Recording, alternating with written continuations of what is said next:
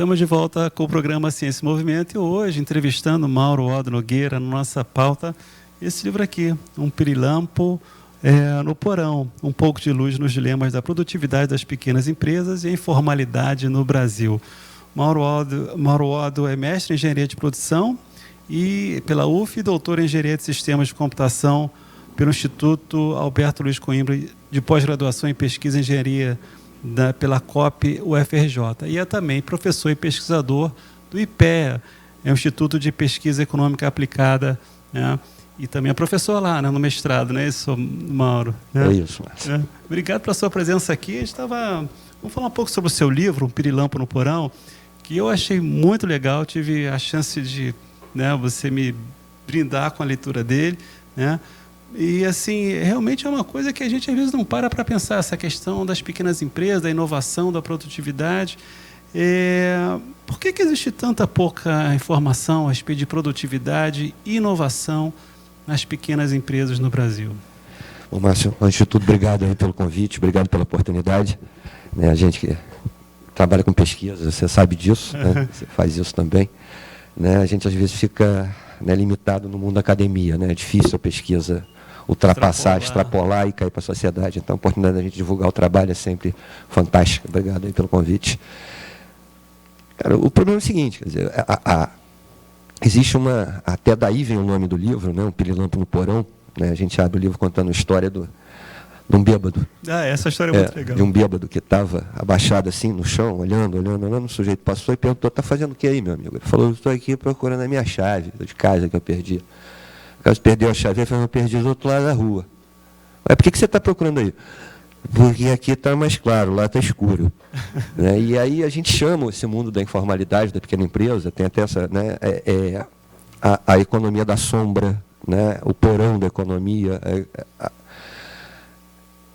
porque a gente não tem dados a respeito, essa é a questão. Então a gente acaba voltando a olhar para onde é mais fácil a gente dispor de elementos para fazer esse estudo. O mundo da pequena empresa tem dois aspectos. Um é a questão de que, quando as pesquisas setoriais que o IBGE faz das grandes empresas, ela é censitária, das pequenas empresas ela é amostral. Então, você está trabalhando com amostras que geram algumas dificuldades para fazer estudo. E outra, a gente vai falar um pouquinho disso, provavelmente, daqui a pouco, sobre a questão da informalidade e da semi-informalidade, é que uma grande parte dos dados relativos às pequenas empresas não estão disponíveis. A gente não tem esses dados. Você não tem dado primário sobre várias coisas em relação às pequenas empresas. E aí dificulta isso. O que a gente está tentando fazer nesse livro é isso, é botando uma luzinha nessa economia subterrânea, chamada de porão de economia, do andar de baixo da economia. Quer dizer, eles chamam de andar de baixo, eu chamo de porão porque é no porão que está o alicerce. Eu acho que essa é a ideia. Você tem um alicerce que é escuro, desconhecido, mas ali que segura o prédio. Agora, esse é um ponto interessante, porque se a gente tem poucos dados assim, para falar sobre as pequenas empresas, e a gente sabe, você vai esclarecer um pouco mais isso, é onde está boa parte da massa laboral brasileira. E aí você, se não tem dado, como é que você monta políticas públicas em cima dessa ausência de dados?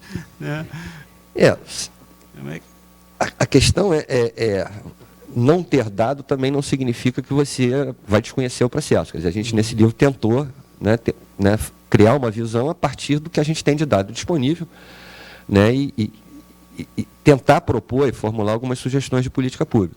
Tá? E existem alguns dados, quer dizer, quando eu falo que você tem uma pouca disponibilidade de dados, você tem uma disponibilidade bem menor do que você tem em relação às empresas de maior porte. Mas tem alguma coisa. E aí tem aquela coisa também.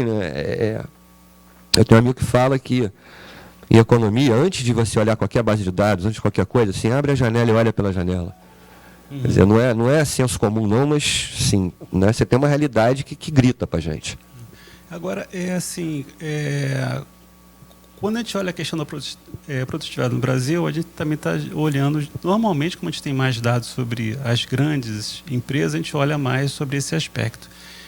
E como é que essa questão de análise da produtividade das pequenas e médias empresas, como é que a gente pode chegar a esse tipo de informação? Bom, vamos lá, isso aí, na verdade, a questão da produtividade foi o motivador desse livro. A gente estava fazendo um estudo a gente fez um estudo, publicou um outro livro sobre produtividade na economia brasileira, e algumas coisas começaram a chamar a atenção da gente. Quer dizer, é sabido, é histórico, esse é um dado conhecido, que a produtividade média da economia brasileira é muito baixa. para dar só uma comparação, a produtividade, estou falando de produtividade do trabalho. A produtividade do trabalho é a quantidade de riqueza que um trabalhador é capaz de gerar no seu, ou por ano, por mês, na sua jornada de trabalho. A produtividade da economia brasileira, ela é, por exemplo, alguma coisa em torno da metade da produtividade média da economia de Portugal. É bastante distante, né? É bastante distante. Agora, Mário Henrique Simonsen, aí a gente esbarra na questão das médias. Né? Mário Henrique Simonsen dizia que renda per capita, renda média, é quando você tem uma renda per capita de uma galinha, é quando um sujeito comeu 2 galinhas e o outro morreu de fome. Na verdade, a economia brasileira é muito heterogênea. A gente tem uma heterogeneidade produtiva muito grande. Então, a gente tem estratos de produtividade, que estão na ordem de equivalente à produtividade de Portugal, comparando com Portugal. O que eu estou dizendo com isso? Que a gente tem empresas no Brasil que são players do mercado global e que estão no patamar de produtividade global, mundial. Por outro lado, nosso estado de produtividade mais baixa, ele é 5 vezes menor do que o estado de produtividade mais baixa de Portugal. Para te dar uma ideia, a gente tem segmentos da economia brasileira em que a produtividade do trabalho é menor do que um salário mínimo. O que isso quer dizer? O trabalhador daquela empresa, ele não produz riqueza o suficiente para pagar um salário mínimo. Isso explica porque, em grande medida, metade da população brasileira, um número que assusta a gente, quando você fala, metade da população brasileira ganha menos que um salário mínimo. Mas isso mesmo, porque a nossa produtividade, num contingente muito grande da população, é muito baixa. Você não consegue gerar riqueza o suficiente sequer para pagar um salário mínimo. E aí isso chamou a atenção e a gente foi olhar, mas tentar localizar onde estava isso. E aí o que chamou a atenção foi a questão do porte. Não necessariamente uma pequena empresa é uma empresa de baixa produtividade, a gente tem, é um segmento extremamente heterogêneo também. A gente tem pequenas empresas que também são players globais, de altíssima produtividade, mas a grande massa das pequenas empresas, das empresas de pequeno porte, de menor porte, tem a produtividade muito baixa. Numa comparação, você pegar a Alemanha, uma média empresa tem uma produtividade em relação a uma grande empresa de cerca de 80 e poucos %. Uma microempresa tem uma produtividade em relação às grandes em torno de quase 70%. No Brasil, a média empresa tem uma produtividade de 40% das grandes e a microempresa de 10% das grandes. Então, o que saltou para a gente foi a questão da produtividade no Brasil está aí. A gente não vai resolver a produtividade desse país se a gente não resolver o problema da produtividade das empresas de pequeno porte. Isso quer dizer o seguinte, que para a gente melhorar a nossa capacidade produtiva, a gente não tem que olhar para as grandes empresas necessariamente, tem que olhar para políticas públicas que fomentem uma reestruturação das pequenas e médias empresas para que elas aumentem sua produtividade, para que no conjunto isso aumente. É por aí, então. A ideia é essa, você, você tem um contingente de empresas de baixa produtividade que são parte integrante da economia. Você não tem que pegar isso e falar, não, vamos... Você tem um trem com uma locomotiva tentando puxar e um monte de vagão freando. Não adianta botar carvão na locomotiva. Também não adianta, não vamos pegar os vagões lá de trás e jogar no mar. Claro. A gente está falando de alguma coisa em torno de 50% da massa de trabalho do país. É ali que a gente tem que concentrar a política pública para dar ganho de produtividade para essas empresas. Aí a gente consegue soltar o trem e fazer o trem andar como um todo. Agora, Mauro, assim, hoje nós temos um arcabouço legal que, vamos dizer assim, estrutura até, você fala muito bem no livro, que a gente tem um conjunto de leis para micro e pequena empresa que até direcionam, assim, dentro de editais e de fomentos, de atendimento, essas micro e pequenas empresas. E isso está dando certo, isso é um incentivo, tem que mudar, de certa forma, esse arcabouço legal. A gente tem não só um arcabouço legal, como a gente tem um volume muito grande de instrumentos de apoio, de incentivo. Você tem uma miríade de ações, vamos dizer assim, direcionadas para a pequena empresa. Tem um amigo que fala que, do ponto de vista do político, pequena empresa é igual aquela coisa quando você entrevista a Miss, candidata a Miss, e pergunta para ela assim, o que você sonha para a humanidade? Meu sonho é implantar a paz no mundo. Quando você pergunta para qualquer político, ele sempre vai falar, não, minha prioridade é a pequena empresa. Mas, na verdade, não é. A pequena empresa, eu digo que o mundo da pequena empresa fica disputando a migalha que cai do prato. A gente precisa colocar a pequena empresa no centro do prato. O que eu quero dizer com isso? A gente não precisa de políticas de desenvolvimento para as pequenas empresas. A gente precisa de uma política de desenvolvimento nacional com as pequenas empresas, que elas façam parte integrante de uma política coordenada, de um projeto de país, né, em que as pequenas empresas sejam parte integrante desse projeto. Né? E o que falta é isso. Você tem um monte de ações descoordenadas, e elas existem, mas são descoordenadas, e você não tem efetivamente um projeto de desenvolvimento nacional, e esse projeto de desenvolvimento nacional tem a pequena empresa no centro desse projeto. Né? Eu costumo dizer, a pequena empresa, ela não precisa a grande necessidade dela não é que ela tenha, por exemplo, é uma discussão, as pequenas empresas estão sempre discutindo para um favorecimento tributário. Né? Eu acho que ela não, né, a questão ela não precisa de favorecimento tributário, ela tem que ser produtiva o suficiente para ser capaz de pagar o tributo. Claro. Eu acho que essa que é a grande política. Bom, estamos conversando com o Mauro Oddo, falando sobre o livro Um Pirilampo no Porão, um pouco de luz nos dilemas da produtividade das empresas, das pequenas empresas e a informalidade no Brasil. Vamos fazer um breve intervalo, voltamos já. Não! Estamos de volta com o programa Ciência e Movimento e hoje entrevistando o Mauro Oddo Nogueira e falando um pouco sobre o livro Um Pirilampo no Porão, os dilemas, uma luz sobre os dilemas da produtividade nas pequenas empresas e da informalidade no Brasil. Mauro, bom, a gente encerrou a primeira parte da entrevista falando sobre essa questão estrutural da produtividade nas pequenas empresas, a questão das políticas públicas, dos marcos legais existentes. E há também uma questão que é da informalidade e do processo de inovação das empresas. Como é que essas coisas estão relacionadas? Pequenas empresas, a informalidade e a produtividade. Bom, vamos lá. Não dá para a gente olhar a economia brasileira sem pensar na questão da informalidade.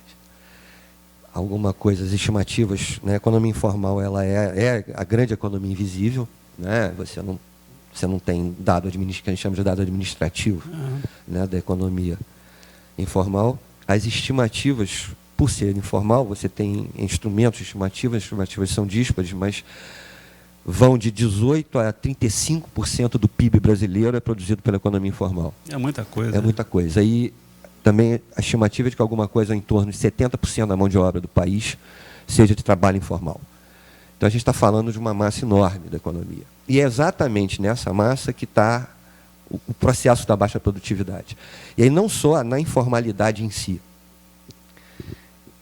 Na verdade, é uma ideia de que você tem, né, dois mundos. O mundo, né, a ideia da Belíndia, do país dividido, né, o mito das três raças que a gente tem, né, uma realidade de um país desenvolvido e uma realidade de um país subdesenvolvido. Esse país desenvolvido é um país formal e esse país subdesenvolvido é um país informal.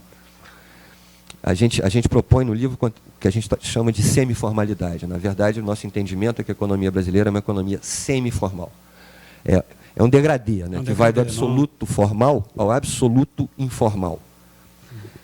E isso, nossa economia é assim, né, nossas cadeias produtivas são construídas dessa maneira.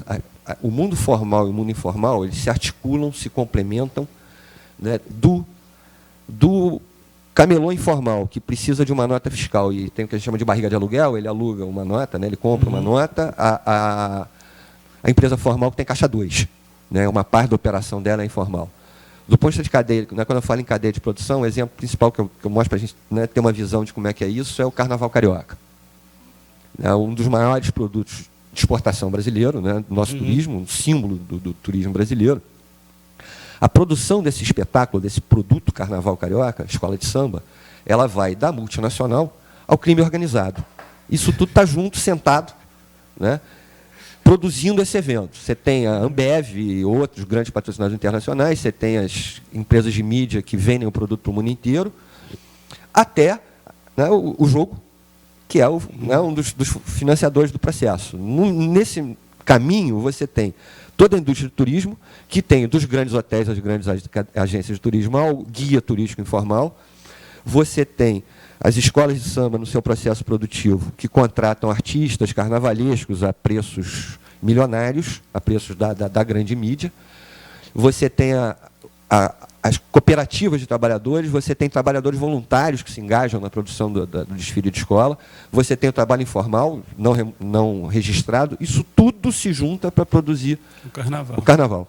E não é só o carnaval. Né? Assim, como exemplo, cadeia de consumo do automóvel. Vai da multinacional ao crime, ao desmanche de carro que vende peça que as pessoas compram para manter seu carro andando. Isso tudo está na cadeia do automóvel. Se a gente for olhar em cada cadeia de produção, a gente vai ver essa integração entre formal e informal.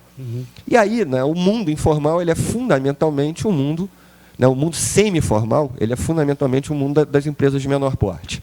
Então, essa questão da produtividade, quando a gente fala em produtividade, em problemas de produtividade, a gente esbarra na informalidade, até porque a informalidade tem uma outra questão. O informal não tem acesso às políticas públicas. Né? Então, a gente tem uma institucionalidade que barra, né, a possibilidade de ser objeto de instrumentos de desenvolvimento de uma parte significativa da economia, porque ela está bloqueada por essa institucionalidade, que é o mundo informal. Agora, a gente tem falado muito no país e no dia a dia a questão da inovação, né? Como é que a inovação entra nesse aspecto de formalidade, informalidade, onde é que ela é mais disruptiva, vamos dizer assim, nesse degradê todo aí? Quer dizer, falando de pequena empresa, a informalidade ela tem, a inovação ela tem duas coisas que a gente tem que olhar. A primeira delas é o que a gente entende por inovação.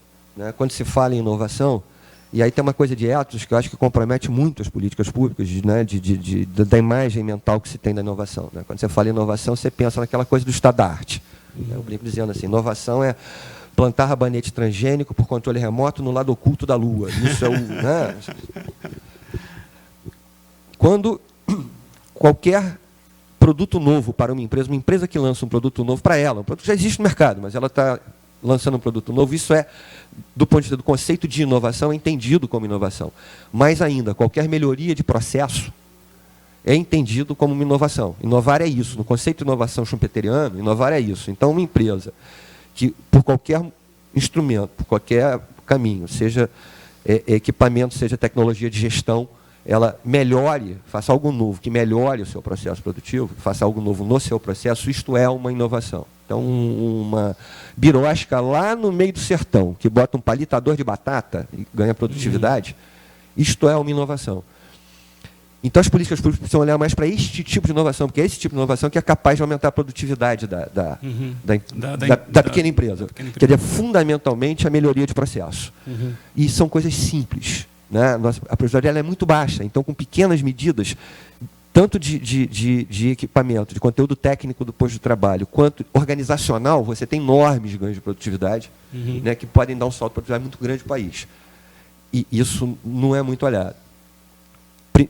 Aliás, são três questões. A segunda questão, a ideia de que a inovação ela é capaz de alavancar a economia, né, de fazer catch-up econômico.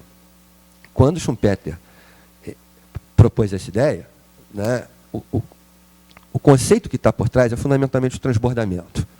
Né? Uma inovação só faz sentido socialmente se ela for passível de transbordar, né, de espraiar, de chegar para a sociedade.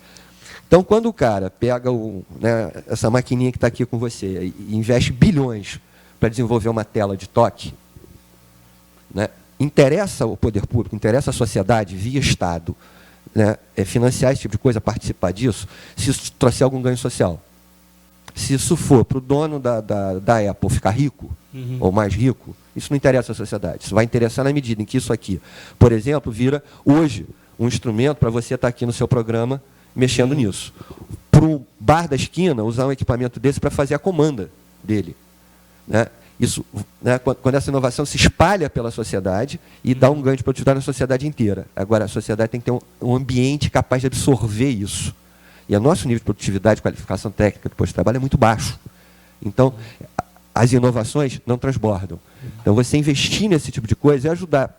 Por exemplo, né, um menino, não estou dizendo que você tem que abandonar isso, mas essa ideia de que inovação é pegar startup e apostar nela, você vai apostar numa startup de 2 ou 3 garotos geniais, que quando a empresa estiver valendo 10 milhões, vão vender isso para uma multinacional, vão ficar ricos e o país não ganha nada com isso. Entendi. Mauro, a gente está chegando no final do programa. Eu queria que você divulgasse o livro na internet. Ele está disponível gratuitamente, correto? Tá, o livro está disponível gratuitamente no site do IPEA, www.ipea.gov.br. Entrando lá tem publicações, livros, aí é só botar o nome do livro, né, palavra difícil, pirilampo, na busca ele vai aparecer, está lá para download, PDF e em e-book. Mauro, obrigado pela sua entrevista. Sucesso aí no livro e sucesso também na divulgação de ideias para melhorar a nossa produtividade aqui no Brasil. Obrigado. Olá, Márcio, obrigado a vocês e mais uma vez obrigado aos ouvintes, telespectadores. É isso? Obrigado aos telespectadores, obrigado a todos aí pela oportunidade. Obrigado, Mauro Oddo.